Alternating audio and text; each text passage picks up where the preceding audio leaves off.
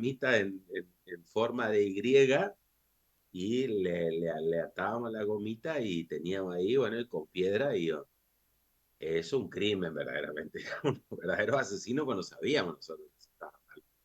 Pero bueno, y entonces, bueno, ahora qué pasa, esa gomera para matar pajarito, el viento puede alterar el destino de la piedra, el tamaño de la piedra puede hacer que disminuya el transcurso de la piedra en el aire y no llegue a destino, no se logre el resultado, no mate el pajarito, etcétera, etcétera. Conclusión, cuando uno mejores armas tenga, ¿sí? Tiene más probabilidades de resultado de éxito. Entonces, la pregunta es, acá es un tema de cada uno, ¿eh? Un tema de cada uno. Y ustedes van a ver, ¿sí? De que cada cual hace el arma que quiere. Y ustedes van a ver que no solamente acá, sino en todo el mundo va a pasar lo mismo. Uno puede hacer lo mínimo y va a probar y se va a recibir. El problema es después cómo, con qué armas uno entra a competir. Por ahí puede tener suerte, ¿viste? Y va pegando milagros, milagros y milagros y siempre tiene suerte y se va zafando y se jubila, ¿eh? El tema es cómo hacer para que esto sea la herramienta para vivir, ¿sí? Para que te genere los ingresos necesarios, ¿sí? Que uno pueda vivir dignamente y pueda hacer un arma, porque si uno está invirtiendo tiempo acá, que sea algo útil, ¿eh? Y, y si no, ustedes ya se van a ir dando cuenta, porque cuando ustedes van a ver, seguramente ustedes conocen a algunos chicos jóvenes que ya están ejerciendo, ¿eh? Y van a ver gente que está ejerciendo y hay gente que no ejerció nunca o que no va a ejercer nunca y que empieza a vender inmuebles, empieza a vender autos, empieza a vender Mary Kay, qué sé yo, collares, ollas. Entonces, ¿en qué momento cambió tu objetivo, digamos? ¿Eh? De hecho, me parece que todo es súper digno, todas las actividades son buenísimas y es muy bueno tener una capacitación y todo lo demás. Pero yo creo que la abogacía puede ser una buena herramienta, pero uno tiene que capacitarse. Y lamentablemente en la facultad uno va a tener el 10% de la información, ¿sí? El otro 90% lo tenés que cargar vos. Toda la otra información tenés que buscarla vos. Todo va a depender de uno. Entonces, bueno, la pregunta es cómo ustedes se están preparando. Eso es bueno, que ustedes siempre vayan haciendo ese análisis y siempre vayan viendo qué esfuerzo pueden hacer, qué poquito de esfuerzo más pueden ir haciendo para ir capacitándose y buscándole la vuelta, ¿eh? Cosa de que después no te agarre muy desprotegido, ¿eh? Que no te agarre totalmente sin ningún conocimiento y sin saber para dónde uno disparar, porque al momento del ejercicio de la profesión, que nos falta mucho, ¿eh? Faltan, ¿cuántos días ya faltan? 500, 600, ¿eh? Entonces, ustedes ya tienen que estar ahí preparados para poder competir. Y obviamente van a competir en un mercado donde ya las personas saben vender, donde las personas ya tienen sus clientes. Normalmente uno va a ingresar y le va a quitar el cliente a otro, ¿eh? Usted, bueno, usted qué van a tener para ofrecer? Usted la frescura, la juventud, las energías, que por ejemplo, y no tienen qué sé yo, la mala experiencia que haya tenido la persona con un abogado ya que hace muchos años que está ejerciendo y que bien o mal uno le genera, por ejemplo, va generando discordias, ¿eh? A mí, por ejemplo, la otra vez me pasó con un señor, yo logré el resultado que él quería, pero el tipo estaba muy loco. La cuestión es que el tipo se enojó conmigo. Bueno, era así. El tipo del señor el señor era un práctico de barco. Un práctico de barco era el señor. Y el señor conocía muy bien el Río de la Plata. Entonces, él, cuando era joven, su trabajo era introducir los barcos al puerto de Buenos Aires. Entonces, a él lo llevaban en una lancha hasta un determinado lugar, hasta donde están los barcos esperando para entrar al puerto, y él se sube al barco y lo acompaña al barco hasta llegar al puerto. Eso se cobra muchísimo dinero. En dólares te pagan. La cuestión es que el hombre hacía ese trabajo. Bueno, la cuestión es que él iba acumulando dinero, pero él estaba trancado con que él no quería pagar el impuesto a los bienes personales. Y él, conforme a los ingresos que él tenía y al patrimonio que él fue teniendo, fue acumulando, fue comprando bienes, autos, etcétera, y entonces, y él no quería declarar el impuesto a los bienes personales. Le decía que no, que eso es injusto, que esto, que yo, tipos.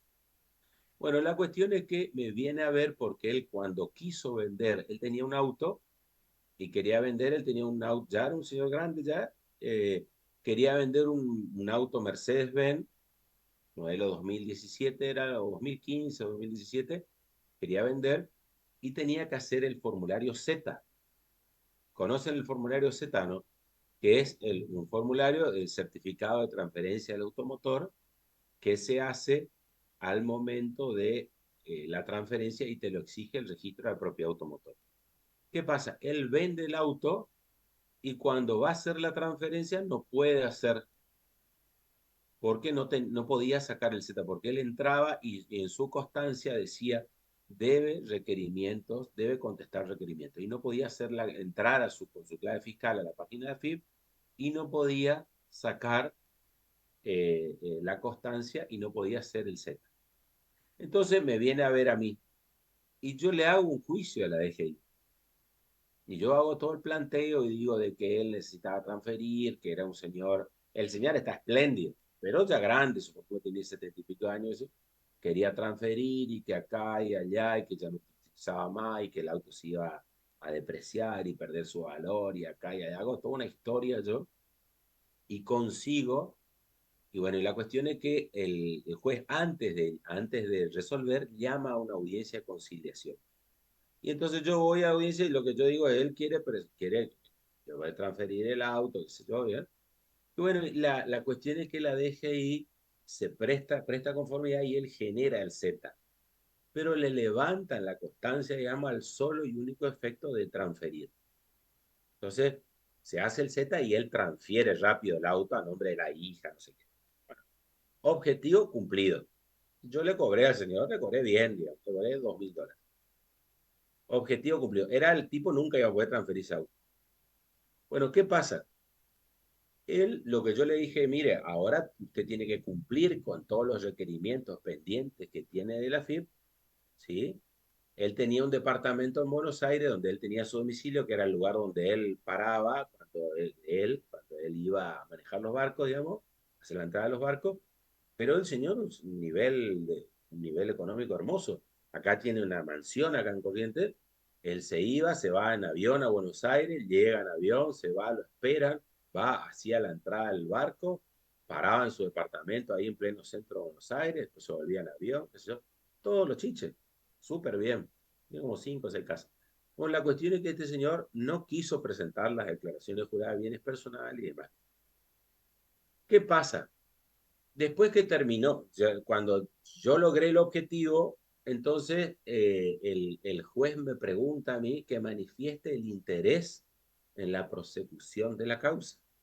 Entonces yo manifiesto de que, sabiéndose cumplido el objetivo por el que yo hice el juicio, no tenía ningún interés en que el mismo continúe.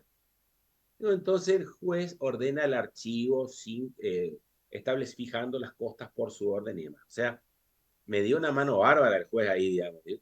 Porque en realidad el juez entendía de que no era, de que era injusto de que le limiten la venta del auto a la persona, ¿sí? Pues yo decía, si tienen un juicio contra él, háganle un juicio, pero no le dejen no vender el auto. Lo que yo decía, y bueno, entonces la cuestión es que cuando el juez resuelve así, la DGI se presenta y dice que no está de acuerdo en que termine el proceso, dice la DGI, que pide que siga la causa. Yo ya había manifestado que yo no tenía más interés. Y bueno, la DGI dice que siga la causa y que el juez dicte sentencia porque DGI argumentaba que la medida que habían tomado de inactivarle el quit tenía su fundamento en que él no respondía a sus obligaciones tributarias y que, que esa era la consecuencia normal y natural del incumplimiento de la persona y que ellos querían que se dicte sentencia condenándolo al tipo por su incumplimiento, independientemente de que le dejaron vender el auto. Entonces, que él decía que ellos, en realidad la DGI peleaba por los honorarios del abogado. Bueno, la cuestión es que entonces, y le vuelven a inactivar el quit a la persona y ordena, y entonces, y ellos dicen de que ellos le habían levantado por al solo y único efecto de la transferencia y que se tenía que resolver. Y entonces el juez resuelve, y bueno, y entonces ahí ellos apelan a la Cámara. Después le voy a compartir el fallo. Y la Cámara resuelve diciendo que la DGI tiene razón, que el caso se tenía que dictar sentencia y fija los honorarios. En realidad era una cuestión de plata nomás de los honorarios del abogado de la firma. Bueno, la cuestión es que yo le dije al señor, bueno, mire, cuando yo le pregunté, yo le planteé, le digo, bueno, ¿qué hacemos acá? Y el tipo, no, que no tenía ningún interés. Bueno, yo le consulté, pero obviamente el tipo se hizo el pelotudo y decía que no, él no se acordaba de nada.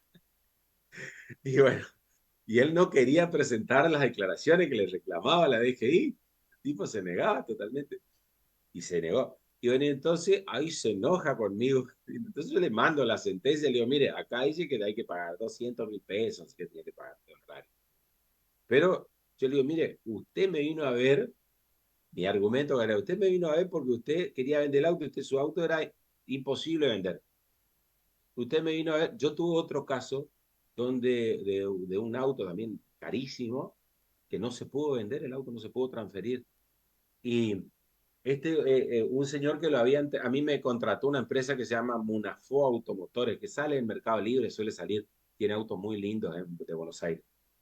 Ellos habían comprado un auto acá en Resistencia a una empresa y la empresa estaba en esa situación. Bueno, yo hice el planteo y no hubo caso. No conseguí el resultado que conseguí con este viejito. Eh, y conclusión, la empresa Munafo le había vendido el auto a una persona. Vieron que uno deja en la concesionaria con el 08 abierto. Digamos. Entonces ellos nunca hicieron el Z. Cuando necesitaron hacer el Z porque habían vendido el auto, ahí saltó que el Z no se podía hacer. Y entonces ahí ellos tuvieron que tomarle de vuelta el auto a la persona y le dieron otro auto. Era un BMW, una coupé BMW hermosa. Eso. Y ese auto no se puede vender porque no se puede hacer el Z. Entonces, yo lo que le digo al señor es, mire, usted ganó la lotería. Usted tenía un auto que el auto se iba a morir con usted. Usted logró venderlo al auto. Me tiene que hacer un monumento en la avenida, ¿eh? Con mi nombre. Y páguele el honorario a este que lo está hinchando la pelota.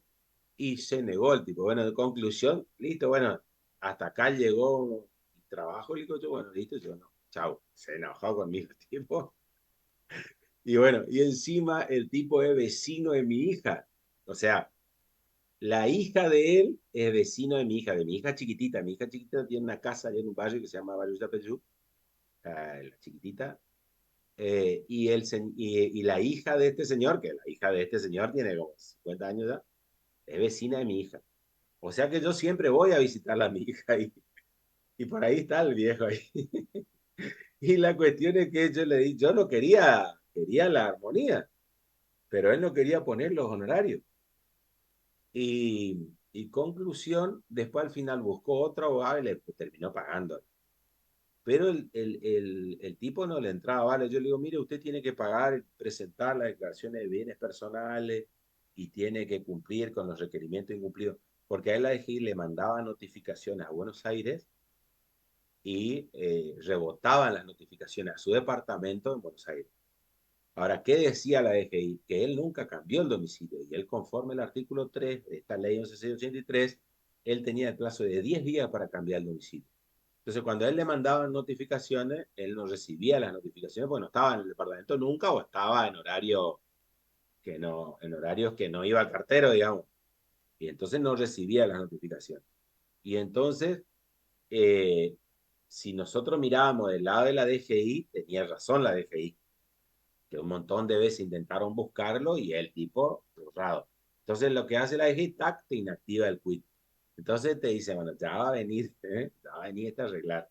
Y entonces ahí, justamente esta es la situación. Hicieron ir al pie al tipo a arreglar. Pero el tipo no quiso, no quiso presentar las declaraciones juradas y no quiso cumplir con todo lo que tenía pendiente. Y bueno, y consiguió el milagro de transferir el auto.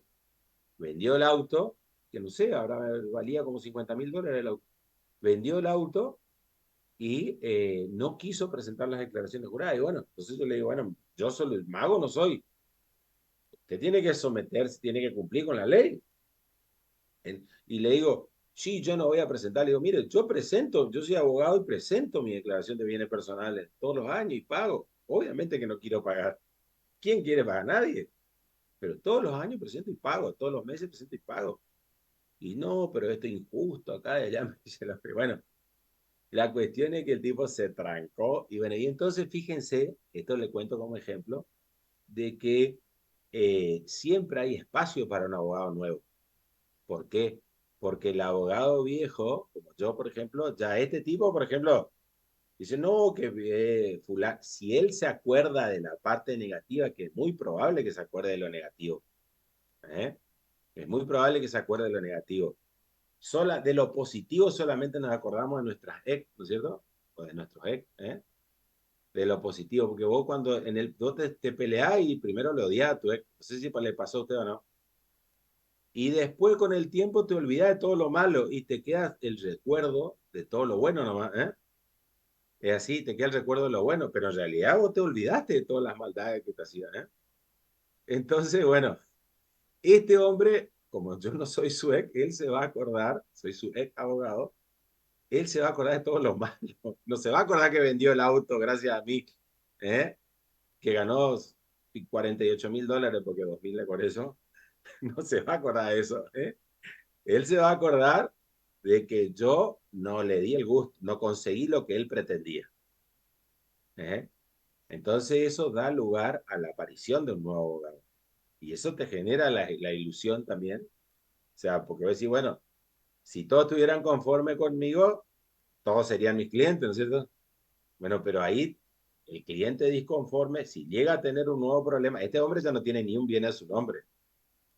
Pero después les voy a compartir el fallo porque lo que logramos fue un milagro, lo que logramos fue un milagro, pero de todas maneras el hombre no lo supo valorar, digamos.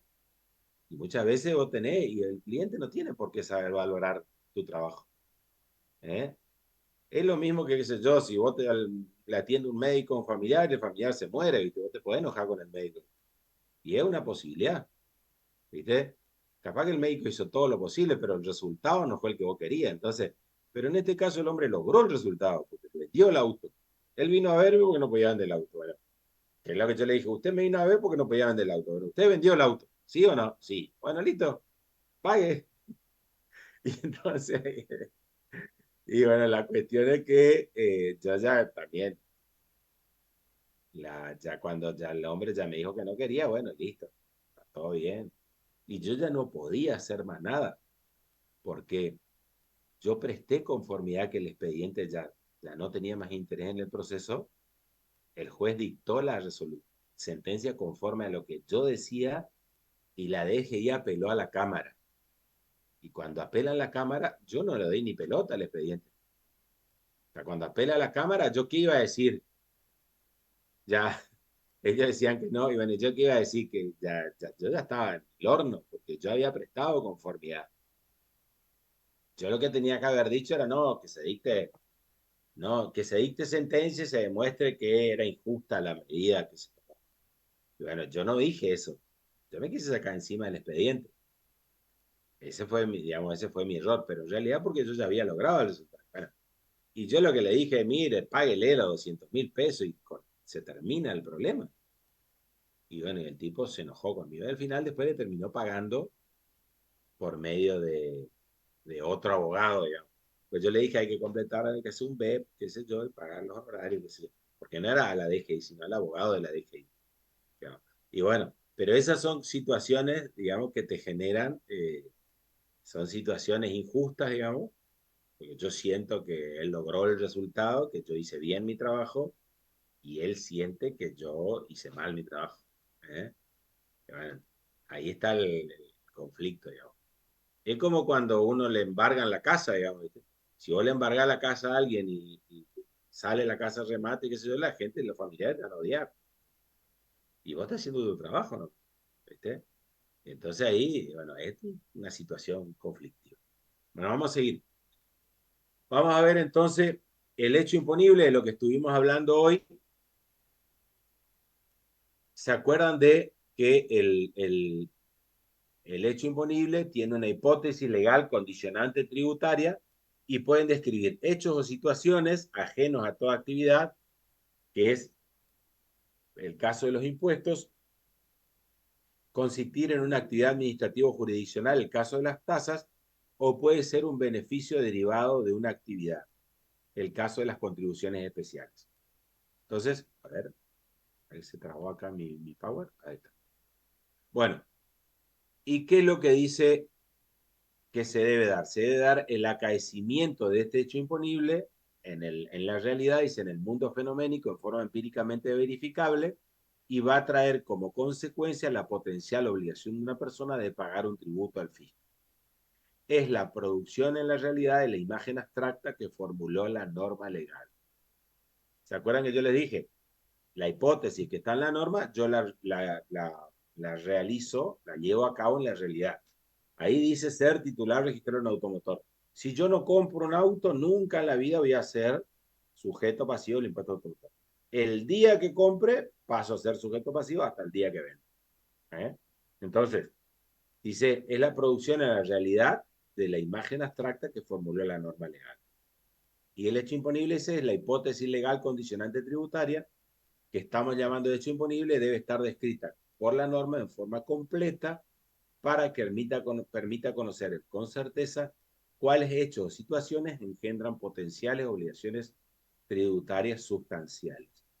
Y esa descripción, ¿sí?, completa va a ser la tipificadora del tributo y va a permitir distinguir cuál es el tipo de tributo al que se está haciendo referencia la ley.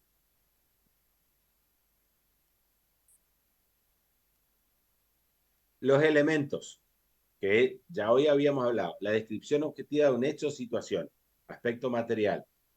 Segundo, los datos necesarios para individualizar a la persona que debe realizar el hecho o encuadrarse en la situación en que objetivamente fueron descritos, que es lo que se llama el aspecto personal.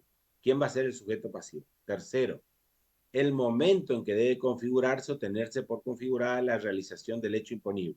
Eso es el aspecto personal, temporal, perdón.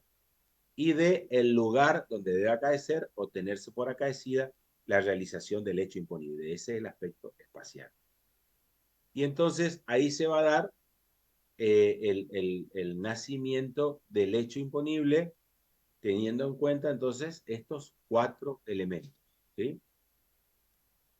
El personal, el espacial, el temporal y el descriptivo, que es el que habíamos hablado. ¿Está entonces, se entendió lo que es el hecho imponible? ¿Sí?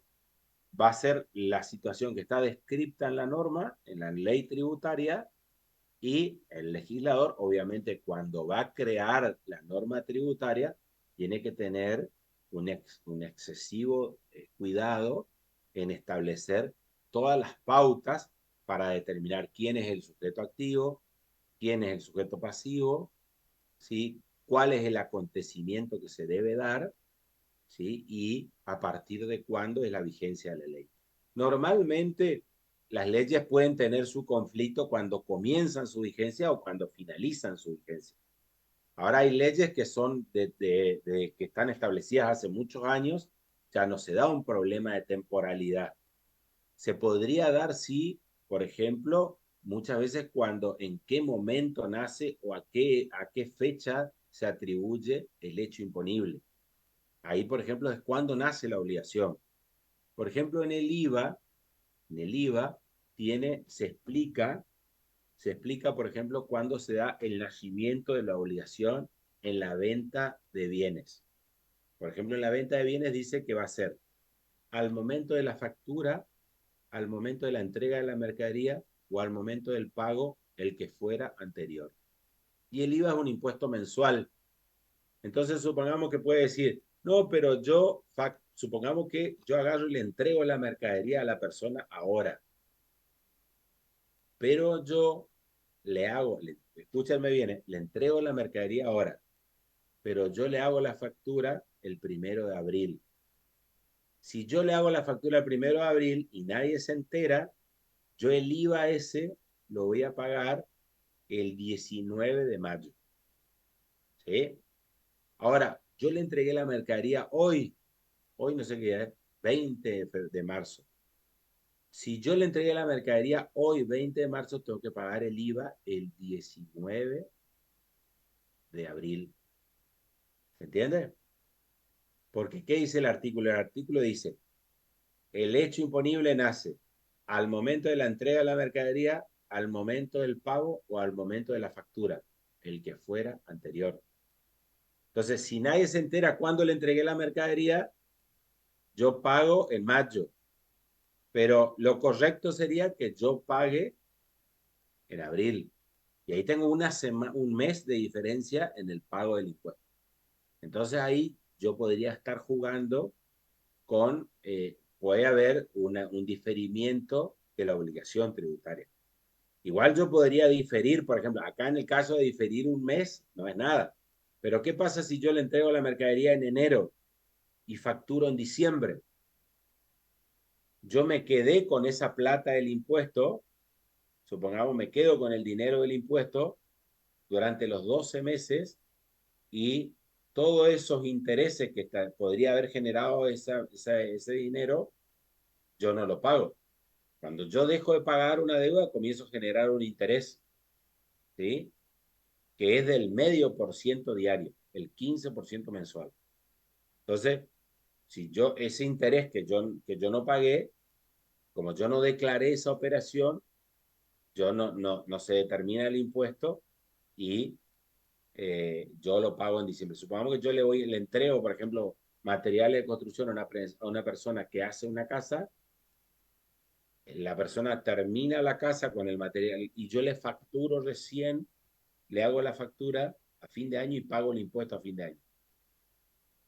Entonces yo en realidad tenía que haberle ido facturando a medida que le iba entregando la mercadería todos los meses. ¿Eh? Y entonces ahí ya tenía que haber ido ingresando el impuesto. Y yo lo ingreso todo junto a fin de año. Ahí, por ejemplo, es importante el momento del nacimiento del hecho imponible. ¿Cuándo nació mi obligación de pagar el impuesto? ¿Se entiende? Ahí es importante eso. Pero si no, en el caso de los impuestos, normalmente, salvo que el impuesto nazca en este momento, si no, no sería problema.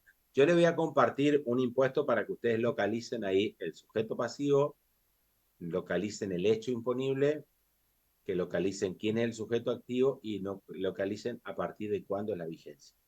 Ahora le voy a compartir ahí para que ustedes vean eso. Bueno, y ahora vamos a ver las formas de extinción de la obligación tributaria. ¿Sí? Bueno, en la obligación tributaria principal, la extinción se va a dar por medio del pago. Y el pago está previsto en los artículos 20 a 32 de la ley 11.683. Del 20 al 32. Están previstas todas las situaciones vinculadas al pago. ¿Eh? Ahí, por ejemplo, pero después dice, existen otras formas de,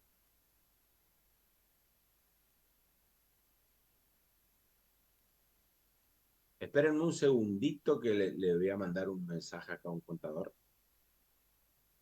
No sé qué hiciste con tu remera blanca esa ayer de fútbol, pero salió de lavarropa como así como metí, así que le fregué y le dejé en agua. Cuando vuelvo a la noche le sigo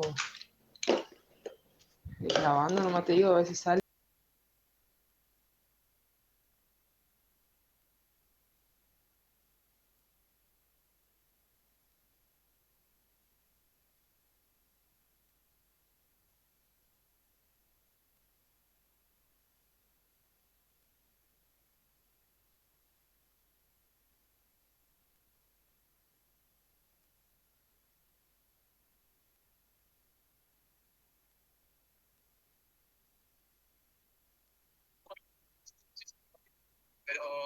cámara, mira, vos te aviso, pero si le compartir otra cosa, como está la compartida la carpeta, que me avisa, si nada, claro, te paso en un Excel, ¿no?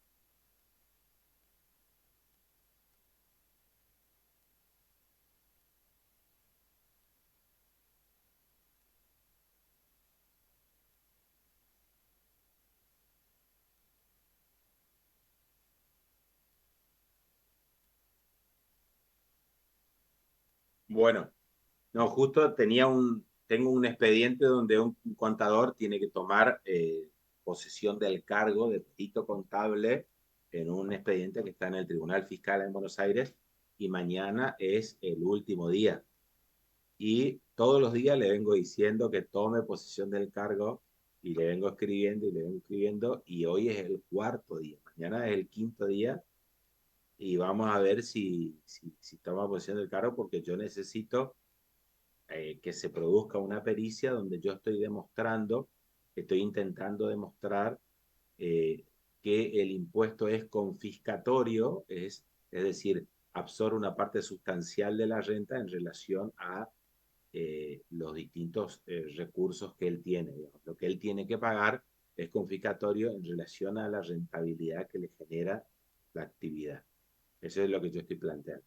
Y entonces yo necesito probarlo eso en una pericia contable. Entonces, por eso fue que antes de olvidarme, porque después de ustedes viene la clase de Montecasero y antes de olvidarme, ver si él puede tomarla. Y lo tiene que hacer digitalmente, es decir, tiene que subir un escrito aceptando el cargo y nada más, digamos. Pero no sé si él tiene algún, no sé si él ya acordó los honorarios con la empresa o lo que fuera, y bueno, y eso probablemente sea lo que esté pendiente. No sé cuál será la cuestión, pero de todas maneras, para mí es súper importante porque quedo sujeto, el caso va a depender del trabajo que él haga. Bueno, vamos a ver entonces modos de extinguir la relación tributaria. Y entonces acá tenemos, según el Código Civil y Comercial, sería acá algunos de los cuales son aplicables en materia tributaria. Bueno, la compensación, normalmente, todos los supuestos previstos en el Código Civil y Comercial, digamos, eh, eh, generalmente no se aplican al derecho civil, al derecho tributario, pero sí, por ejemplo, la compensación se puede dar cuando si yo tengo un crédito, un saldo a favor, voy a poder compensar y voy a poder extinguir la deuda tributaria por compensación. Y eso está previsto en el artículo 28 de la ley. ¿Eh? Fíjense, vamos a leer el 28 de la ley 11.683. ¿Quién lo puede leer?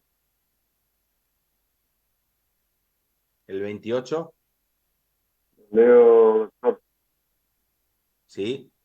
artículo, artículo 28.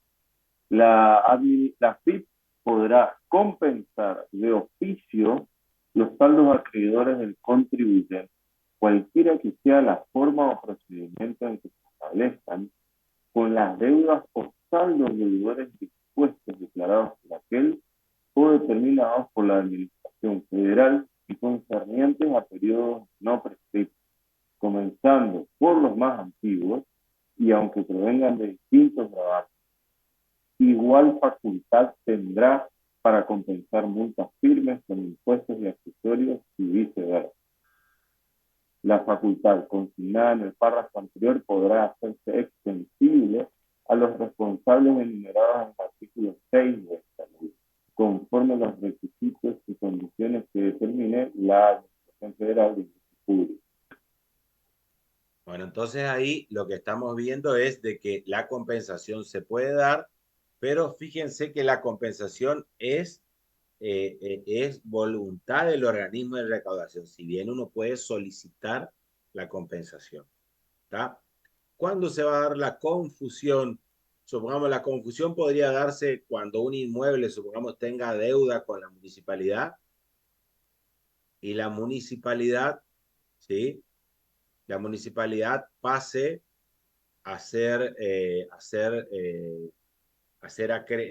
titular de ese inmueble, ¿sí? De ese inmueble, el acreedor y el deudor se pueden confundir, digamos. Y entonces, como consecuencia de que el patrimonio es la garantía del acreedor y el deudor no tiene patrimonio, se podría dar la confusión del impuesto. Pero hay que tener en cuenta siempre que el impuesto, ¿sí? Es una obligación de tipo personal, por lo cual no se va a dar nunca la confusión en materia tributaria.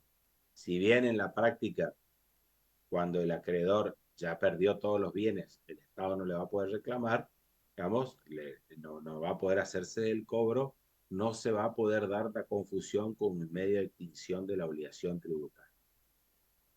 Sí se podría dar si, por ejemplo, el Estado toma o nacionaliza una empresa de un particular o de una empresa, y cuando se produce la nacionalización o la expropiación, en ese texto legal donde ocurra ese acontecimiento se establezca que el nuevo titular, que sería el Estado, toma a su cargo todos los pasivos que tenga esa empresa.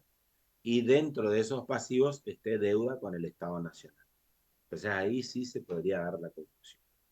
¿Cuál es la condonación? La condonación se da cuando, ahora por ejemplo, nosotros estábamos esperando que en este proyecto que mandó mi ley había un proyecto de moratoria que preveía la condonación de multas y la extinción de los delitos penales tributarios en este proyecto de moratoria que había mandado mi ley, que vieron que fue rechazado por el Congreso.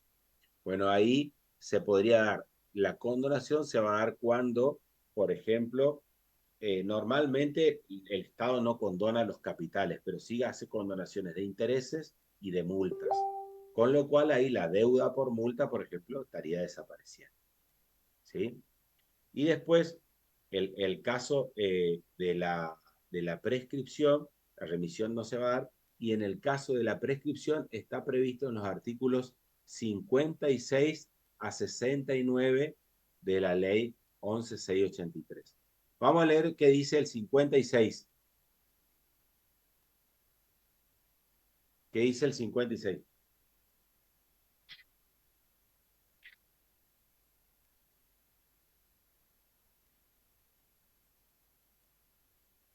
Leo, doctor.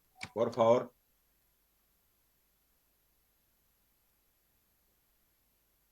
Artículo 56. Las acciones y poderes del fisco para determinar y exigir el pago de los impuestos regidos por la presente ley y para aplicar y hacer efectivas las multas y clausuras en ellas previstas prescriben a. Por el transcurso de 5 años en el caso de contribuyentes inscriptos, así como en el caso de contribuyentes no inscriptos que no tengan obligación legal de inscribirse ante la AFIP o que, teniendo esa obligación y no habiéndola cumplido, regularicen espontáneamente su situación. B. Por el transcurso de 10 años en el caso de contribuyentes no inscriptos. C. Por el transcurso de 5 años respecto a los créditos fiscales indebidamente acreditados, devueltos o transferidos Hasta a ahí nomás. contar. Bueno, Hasta ahí nomás. Bueno, ¿qué es lo que yo quería que ustedes lean nomás? Después ustedes van a leer con detenimiento esto, pero lo importante es tener en cuenta cuál es el plazo de prescripción. Y ahí vamos a ver el 57, cómo se cuenta la prescripción. ¿Eh? ¿Cómo se cuenta? A ver. Entonces la prescripción es después de pasados 5 años si el Estado no hace nada para cobrarte. ¿Y cómo se cuenta? A ver el 57. artículo 57. Comenzará a correr el término de prescripción del Poder Fiscal para determinar el impuesto y facultades accesorias del mismo, así como la acción para exigir el pago desde el 1 de enero siguiente al año en que se produzca el vencimiento de los plazos generales para la presentación de declaraciones juradas e ingreso del gravamen. Está. Entonces, ¿cómo se cuenta? Supongamos, esto es importante tener en cuenta. Supongamos que, como yo les decía, la declaración de IVA, por ejemplo, la declaración de IVA de febrero venció ayer, ¿sí? Venció ayer. Entonces venció el 19 de marzo. La declaración vence dependiendo del número de quit. O sea, conforme mi número de quit vencía ayer. Yo ya presenté la semana anterior y ya pagué lo que tenía que pagar. Entonces, venció ese día. Ahora, ¿qué dice el artículo 57? ¿Cómo voy a contar la prescripción del IVA en el ejemplo mío, del IVA de febrero? ¿A partir de cuándo comienzo a contar la prescripción del IVA para contar los 5 años? ¿Cómo tengo que contar? A A partir de partir la del 1 de medianoche. enero, Exacto. el año siguiente.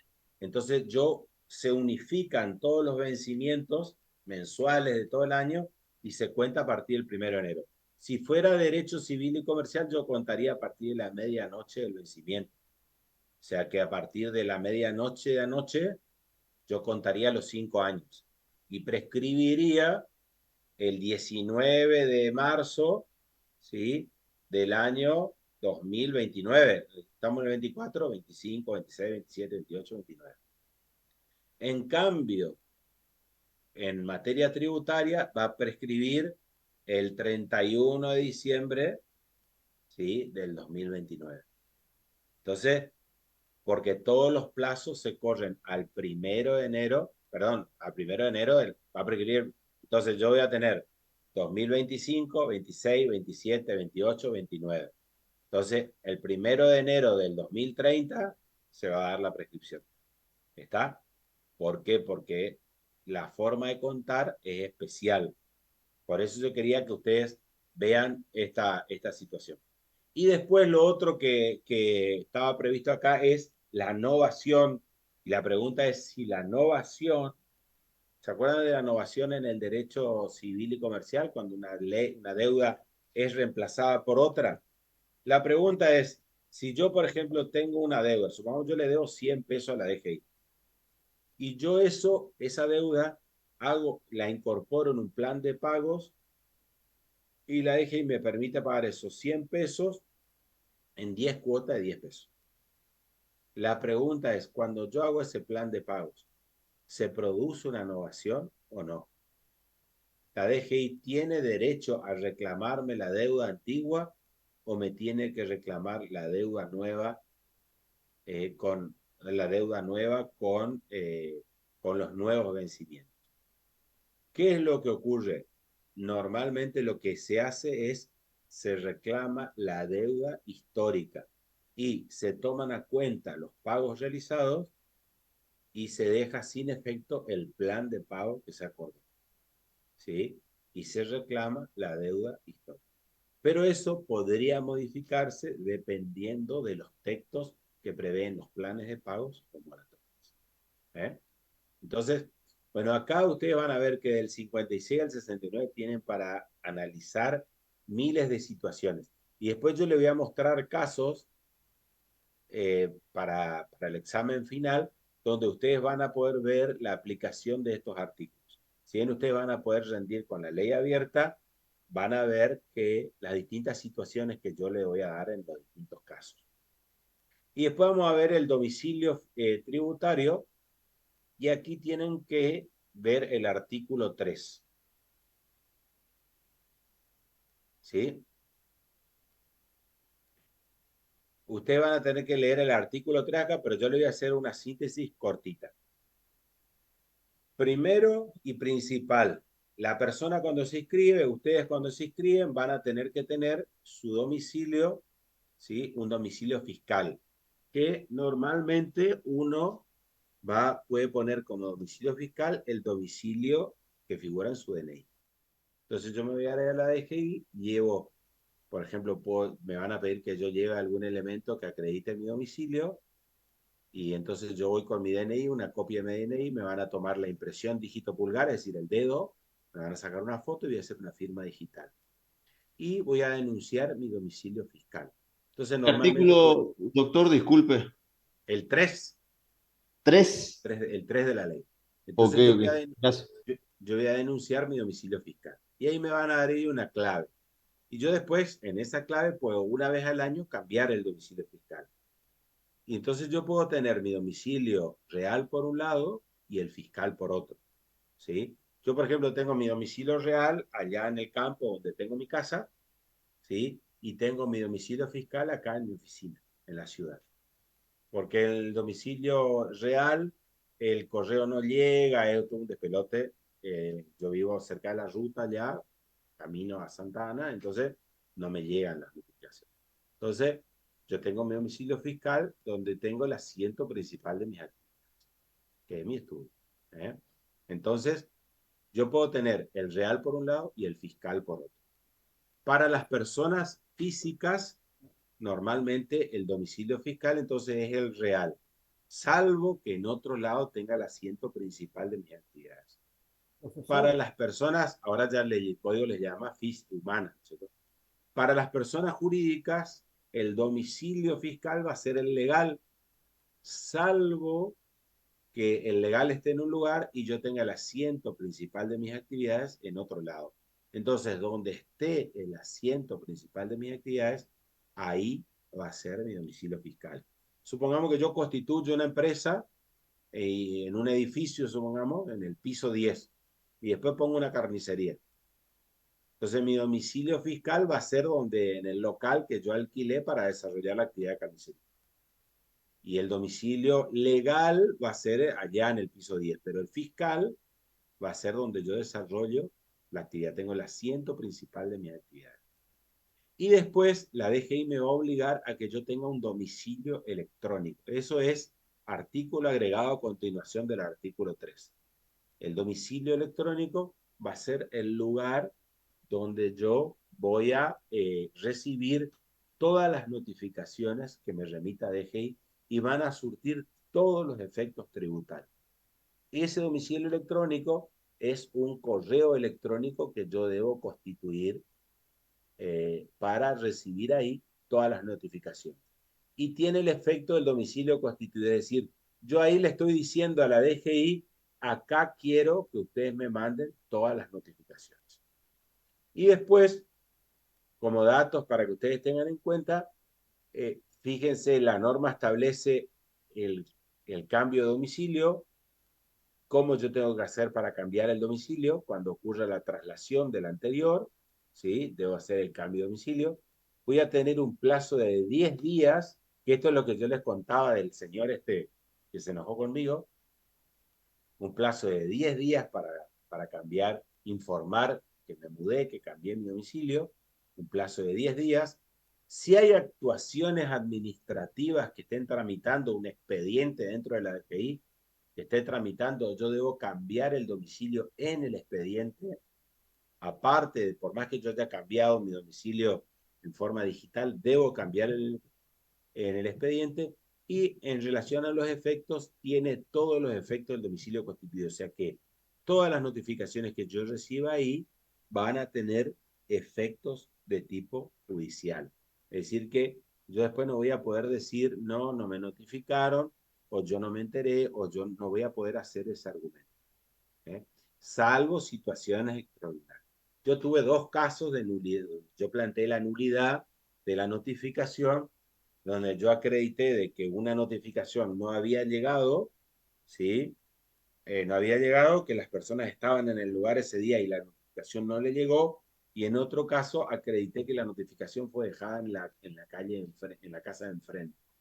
Y tuve 2 casos donde planteé las nulidades en notificación por eso. Pero si la notificación llegó al domicilio, si yo no la recibí, si yo no abrí o lo que fuera, eh, ya responsabilidad mía. Y la DGI tiene la posibilidad, conforme el artículo 100, inciso B, de venir a notificarme. Si no hay nadie para recibir o persona dispuesta a recibir, supongamos que está una persona que diga, no, yo no tengo autorización para recibir nada. Los notificadores van y vuelven en días subsiguientes. Vienen 2 notificadores, la primera vez puede ir 1, vienen 2 y se constituyen en el domicilio denunciado. Y si no hay persona dispuesta a recibir, pueden proceder a pegar en la puerta del domicilio la notificación. Con lo cual, se da por notificado, empiezan a correr los plazos, por más que yo verdaderamente no me entere.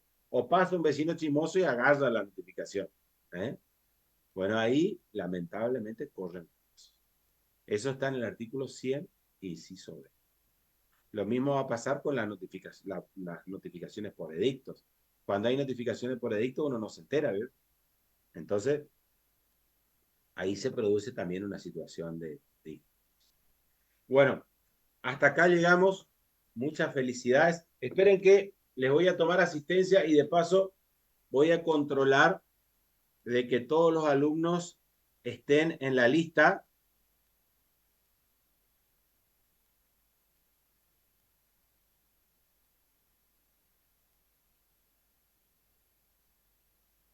Que todos estén en la lista nueva que me mandaron. Por las dudas, a ver. Acá me pasó López. Hola, hola. Hola, hola.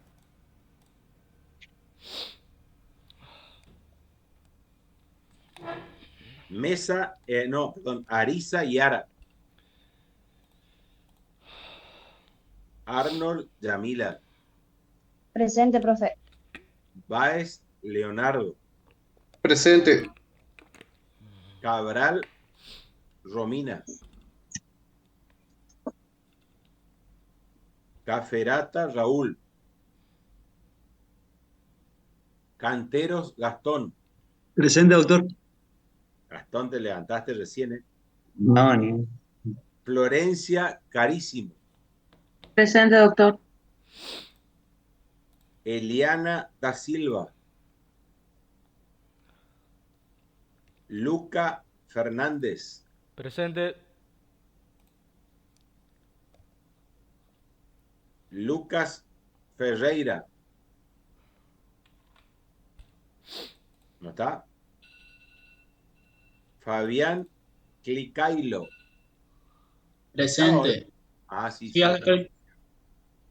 Guadalupe Custer. Presente, profe. Félix Lacaba. Después dice Nicole Luca. Presente, profesor. Gastón López. Presente, doctor. Fernando López. Presente, doctor. Silvia Maldonado. Presente. Camila Miranda. Claudio Olmedo. Presente, doctor. María Delfina Perichón. Presente. Priscila Pisuti. Presente. Agostina Portela. Presente, profe. Viviana Rodríguez. Presente, doctor. Sergio Romero. Presente.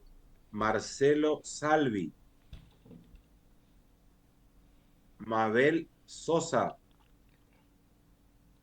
Lara Troche. Presente. Liliana Ujeica. Presente, profe. Belén Huelque. Natasha Sakovic y Cintia Zarza. Presente. ¿Estaban todos? ¿No hay alguien más? Profe, Caferata presente. Y Da Silva. Da Silva. ¿A dónde se había ido Da Silva? Está. Bueno, estamos entonces. Nos vemos ¿Cómo vienen las próximas clases? ¿El próximo jueves hay clase o no? Libre. Perdón, el próximo miércoles. El No, próximo profe, miércoles no es hay. libre. Sí, ¿Es libre. libre? Digamos Ajá. libre. ¿El próximo miércoles qué fecha es? ¿Es marzo todavía? Ah, es Semana Sí, Santa. es 27. 27, profe. Es Semana Santa. Y después, la próxima es el examen. No, el 13 de abril Ah, es el 13 de presencial. abril. Profe, Ah, perfecto. Sí, Caferata está presente. sí, sí, sí, ya, Ah, ya, ok. ya escuché. Dale, dale, Bueno, gracias. está. Entonces, eh, entonces el examen está previsto ¿para qué día? Para la primera clase presencial, que es el día 13 de abril, entonces. ¿Eh? Así es. Esa es la primera. O sea que la del 6, entonces la próxima que tenemos es el día 6 de abril. ¿Así es? Sí, profe. 3 de abril. 3. 3 de abril es la próxima 3 de clase. abril. Sí. La 3 y próxima el El 13 es 13 clase de parcial. presencial. es el 3 de abril. Ah, perfecto. Y el El 13 es 3. presencial. ¿Cuánto? 13. Sí. Pero no tiene que ser, no tiene que haber 10 días 7 días de diferencia. Sí, pero el presencial es otro día, no coincide miércoles, creo que es Ah, sábado porque es mañana. sábado. Ah, El presencial es sábado, profe, por eso es claro, un ahí par está. de días más. El 13. ¿Y el recuperatorio qué día sería? Hay otra, 27. hay Hay otra 17 clase. semana libre y el 27 sería el recuperatorio. Ah, perfecto. Está. Bueno, listo entonces. Bueno, muchas felicidades. Nos vemos. Cualquier duda o consulta que vayan teniendo, empiezan a leer estos temas porque estos temas van a entrar en el examen, ¿eh? Doctor, Así que disculpe, sí, ¿podría por favor enviarnos, si es posible, estos últimos PowerPoints? no tengo los power de estas unidades. Ah, ok, ok. No tengo actualizados. Tienen muchos errores. Son power que yo hice hace como 20 años. No Ah, están bueno. actualizados. ¿Eh? Profe, ¿hasta qué Sí. unidad va a entrar en el primer parcial? Hasta la unidad que demos en la anteúltima clase. En la última. Ah, bueno. Profesor, ¿Cómo? profesor, usted dijo que lo que vimos hoy va a entrar para el final. No, lo que yo decía es de que si ustedes me entregan el trabajo con el proyecto de examen, yo de la unidad 1 a la 5 puedo dejar afuera del parcial. Si ustedes todos me entregan sus trabajos y están bien, yo de la 1 a la 5 puedo dejar fuera el parcial y les tomo solamente lo que de las 6 en adelante. Lo que vemos de las 6 hasta O sea, ahora nos queda una clase antes del parcial. O Sí, sea que profe. entonces yo, si ustedes me entregan todos los trabajos y están bien, yo les podría tomar en el parcial de la unidad 6 a la que demos la próxima clase, que va a ser la 9.